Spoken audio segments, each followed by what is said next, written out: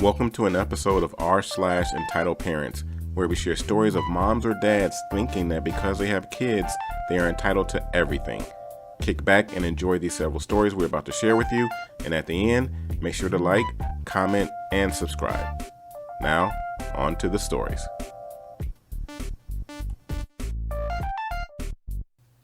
And this story is posted by u/Justin D. Weeb 101. Entitled Grandpa Crashes into Our Car, Then Assaults My Mom. Cast: me, OP, EG, Entitled Grandpa, M, Mom, B, Brother, BF, Brother's Friend, PO1, Police Officer 1, PO2, Police Officer 2. So this happened last summer of 2019. My mom and I were taking my friend's brother back to his parents' house after a week-long sleepover. I was riding shotgun, LOL. I came because I needed to head into my brother's friend's house to get my retainer case, which I forgot last time I went there. Also, we had a Honda Civic until this incident.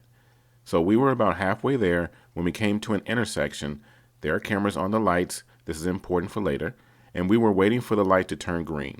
And when it did, we started crossing the intersection, and when we were almost through the intersection, this trashy driver, our EG of the story, sped right into us, going at most likely 65 miles per hour. We swerved onto the side of the road and landed with a huge jolt of force. Believe it or not, no one inside or outside the car was hurt. Not even the airbags went off, thank goodness.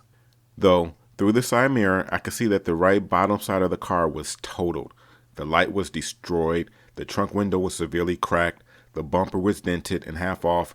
The car's bottom area was pretty much completely obliterated. My mom, practically getting both physically and mentally ready to gouge somebody's eyes out, got out of the car and stormed over to the EG's car. I got out too and started recording on my phone camera. The EG, about 65 or 70, got out of his car approaching my mom, and we could see a 5 or 6-year-old girl, also not hurt but also very shaken up, sitting in the back seat of the car. This is what happened next.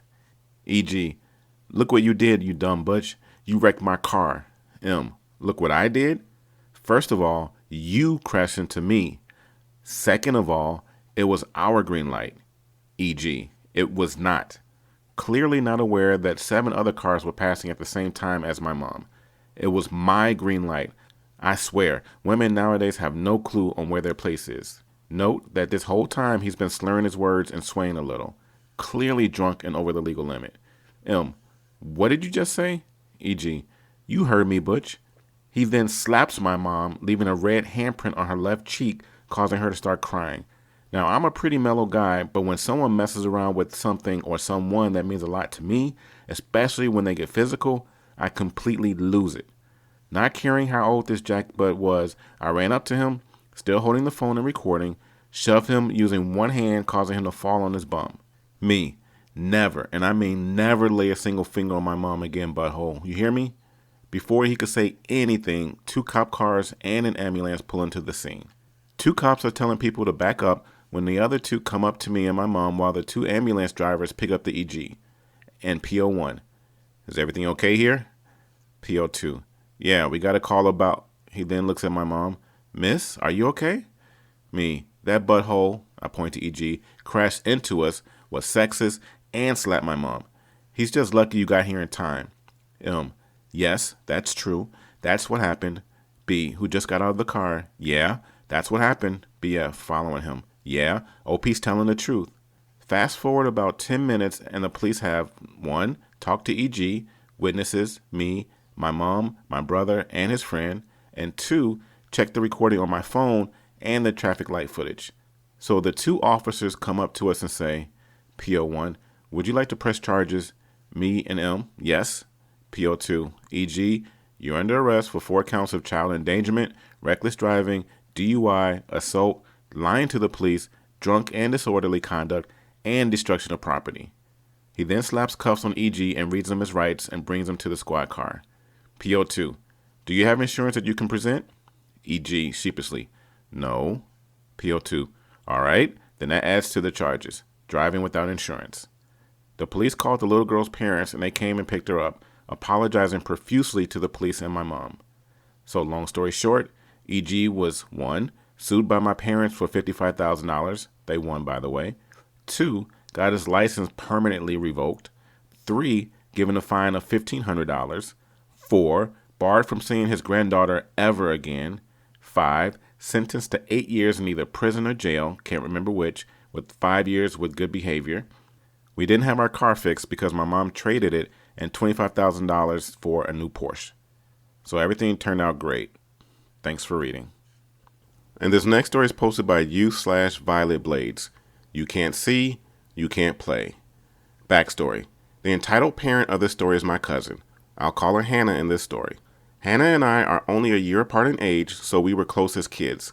I was born with an eye condition called optic nerve hypoplasia, or ONH for short. My eyesight isn't great, but it's my normal. I really hate the ignorant questions of, if you can't see, how are you using a computer or phone? I don't mind if people are genuinely curious, but some people just assume blind and visually impaired people are incapable of doing things. For anyone curious, I'm using a program called Zoom Text on my laptop. Even though Hannah is an EM, I love her kid. I have nothing against him. Hannah had him at a very young age, so I've tried to support her in any way I can. This happened during November, so not too long ago. On with the story.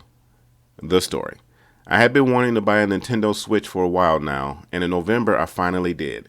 I couldn't afford a new one, so I found a pretty good deal on a used one. I love my Switch, and since I know I won't be able to replace or fix it if something happens to it, I don't really let anyone else use it. I use my own money to buy it, and it's my first console since I bought my 3DS a long time ago. One day, Hannah and her son, we'll call him Caleb, came to visit.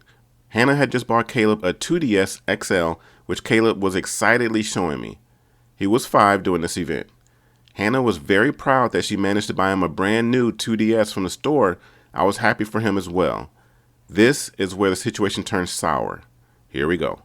Hannah: so, whatever happened to your DS? Me: it's still in my room, though I haven't been playing it much recently. Hannah: oh, why? Caleb loves his. I bought him several games already. Do you have any old games he can have if you aren't using them? Me: he can borrow some, sure. I don't have a lot of games, though. I've been playing my Switch more recently. Hannah: you have a Switch?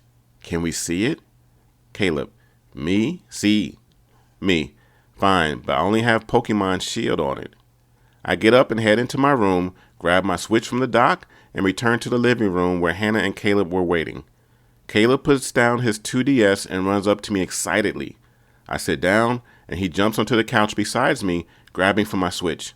I let him hold it since I'm watching him and the floor is carpet. How much harm could he do? I turn the Switch on so Caleb and Hannah can see how it looks, how it works, etc. Hannah: I was thinking about buying one for Caleb. Me: didn't you just buy the DS like a week ago?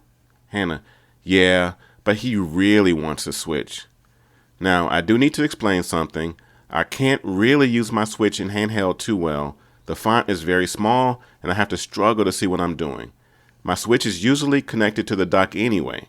Hannah, noticing my struggle to see the screen as I'm showing them different features, speaks up. Hannah: you can't even see what you're doing. Why did you buy it? Me: I can see it while it's on the dock, so it's fine. I worked for the money, and I haven't bought myself anything in a while. Hannah: you bought something you can't even use. How much was it?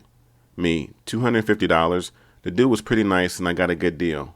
Hannah: don't you think that's unfair? Someone who actually could have used it more would have loved to get it for that much. I could have gotten it for Caleb. Me: well, I wanted it, I got it, and it's mine. Caleb at this point is still enjoying moving my character around in Pokemon. Hannah is quiet for a minute, then speaks. Hannah: Caleb, don't you want to switch too? Caleb: yeah. Hannah: ask cousin, my name, if you can have this one. Caleb: can I have your Swish? He couldn't say switch. Me: ask your mommy to buy you one. Hannah: okay, fine, I'll give you $100, and then another $50 when I get paid in 2 weeks. Me: first of all, that's $100 less than I paid for. Secondly, I'm not selling it. Caleb: please. Hannah: he's going to cry for it when we leave thanks to you. It can be his early Christmas present. I take my Switch from Caleb and put it back in my room. Caleb is upset, but returns to his DS. Hannah: so you seriously won't give it to him? He can actually use it properly. It's pretty useless if you can't take it with you everywhere. Me, I said no, Hannah. Now stop asking. Hannah, then can he borrow it? Me, no. Things were pretty icy for the rest of her visit. Caleb did get slightly upset when they left, but he didn't throw a fit or anything. Hannah did attempt to guilt me that night on the phone. Hannah, Caleb is so upset. He's been crying all day because he really wants to switch. You know how hard things are for me. I'm a single mom trying to raise him by myself. I don't have money to spend like that. You do. You can find another one. You can't even use it. It deserves to go to someone who can actually use it. She still attempts to guilt me at times over the switch and some other things I have. I do feel a bit guilty, but at the same time, I don't. She doesn't call him her darling angel or anything I see in most entitled parent stories. She just attempts to use my condition as justification that I don't need certain things I have. And this story is posted by u/JMWOS52. Grandma School's entitled Auntie. My grandmother, GM, my father's mother, was a scary lady who used to terrify the rest of the family. However, as far as I was concerned, she was a sweetie. It may have something to do with the fact that I used to be looked after by her every second Sunday for 3 years while I was boarding school. She was not really entitled, just very conscious of her status. Victorian in nature, very proper. For example, she would never be seen eating takeout food in public. She had a niece who was an ex-primary school teacher, AL. She was definitely entitled and used to try and bully GM into doing what she thought was best. GM usually ignored her. My baby brother, BB, was a brat. 9 at the time, I was 14. And more than slightly entitled, if he didn't get his own way, he would sulk and generally make life unpleasant. This was in the late 60s, and the family was visiting GM and my mother's sisters. I stayed with GM, and the rest of the family stayed with my aunt. The Moscow State Circus came to town for the first time together with the menagerie of animals. GM thought it would be a good idea to take BB and myself to see it. AL naturally decided that it would be a good idea if she came along too, especially as GM was paying for it. BB decided that he wanted an old-style Kiwi hot dog, USA corn dog, aka rat on a stick, and some ice cream at the interval. AL said that BB was too fat and that it was bad for him, that he would be better off looking at the lions and tigers, and so dragged him off to see the wild animals. GM was pissed as she knew BB would spoil the second half, so she sent me off to get 3 rats on a stick with extra ketchup and 3 ice creams and 2 bottles of soda.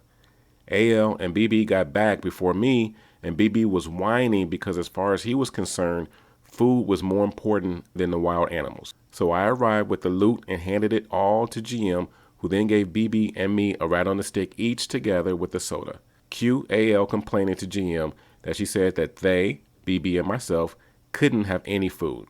GM looked her in the eye and said, "It's my treat and I will decide what my grandchildren would have," and then started eating the 3rd rat on a stick. When we had finished, she handed BB and me the ice cream and started on the 3rd one herself. AL then asked why she didn't have an ice cream.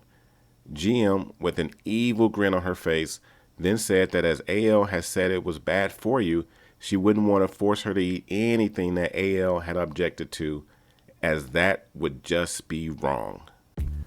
This has been TNA Top Notch Audio.